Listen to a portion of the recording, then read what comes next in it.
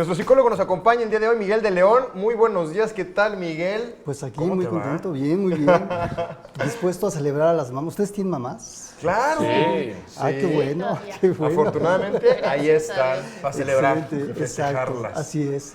Oye, Miguel, ahorita platicábamos y escuchábamos a mis compañeras, ya estaba Pamela platicando de la maternidad que se vivía en la Nueva España.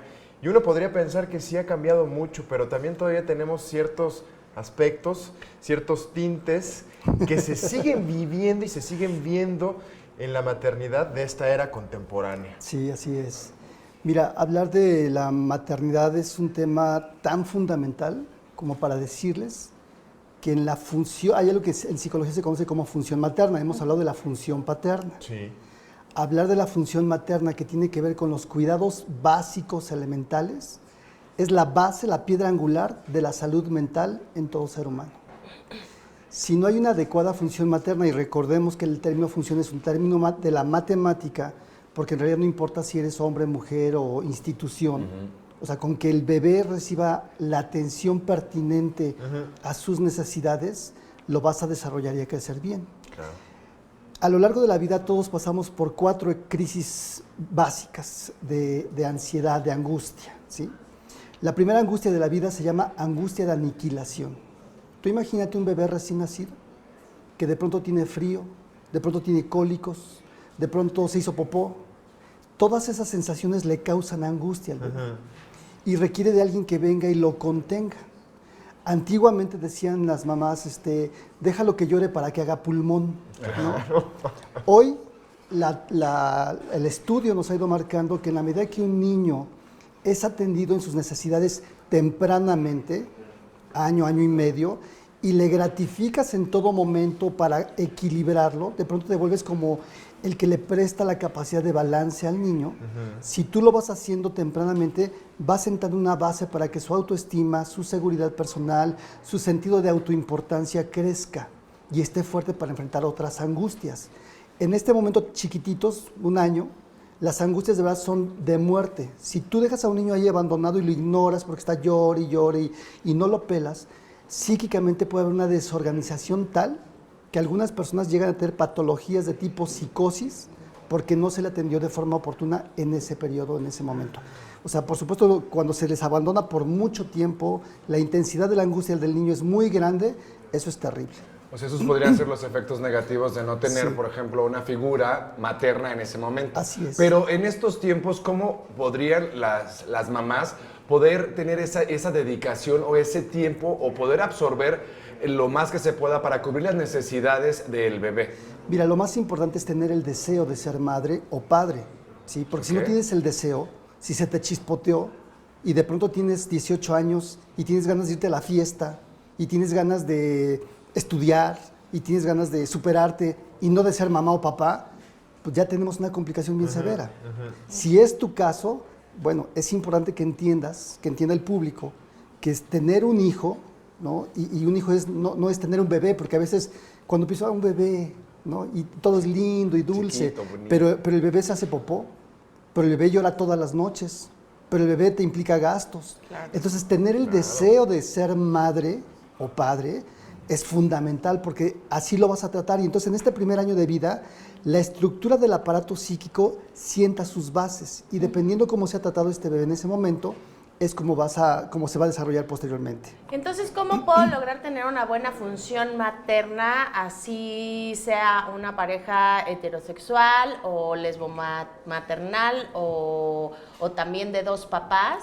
O sea, ¿cómo pueden lograr tener una buena función materna y que este bebé siente bien sus bases y se desarrolle bien para la siguiente crisis, que nos decías que había 4? Exacto.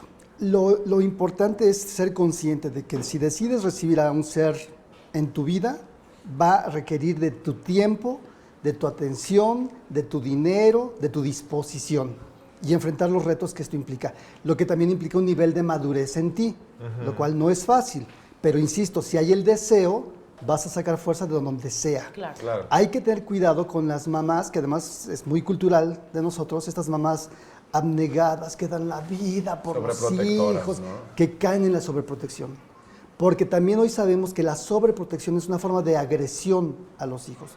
Porque cuando sobreproteges lo nulificas, lo conviertes en un ser que no es capaz de enfrentar la vida por sí mismo. Débil, y que ¿no? necesita esta mamá grandota, poderosa, superwoman o papá para que el hijo pueda funcionar.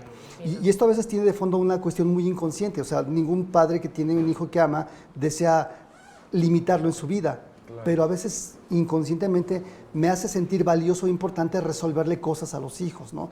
Con los adolescentes pasa mucho esta situación, ¿no? En donde de pronto el adolescente ya quiere autonomía y el papá o la mamá están metidos ahí en todo y no tienen como el feeling. La siguiente angustia importante es la angustia de separación, que se da por ahí del año y medio, 3, que es cuando los niños ya empiezan a caminar.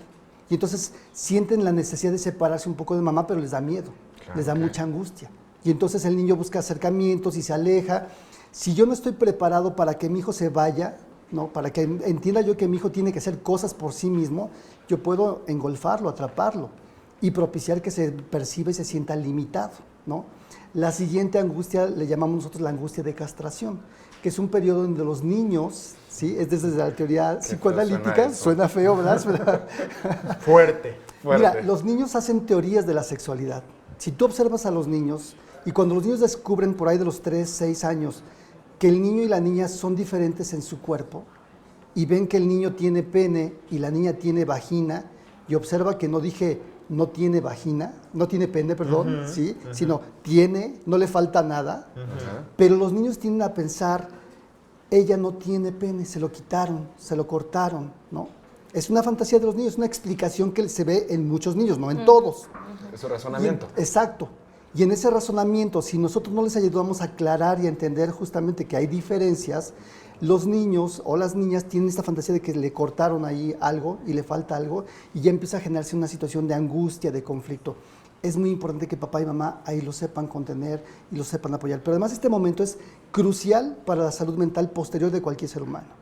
Si en ese momento, que además los niños son muy, buscan, no todos, ¿no? Pero en muchos casos sí, buscan estar muy cerca de papá, las niñas, muy cerca de mamá, los niños, y no les ponemos estos límites y no les hacemos saber que no pueden tener todo lo que quieren, esto puede sentar las bases para una patología grave en lo futuro. Síndrome. En este momento se instaura la imagen de la ley, ¿sí? En el aparato mental.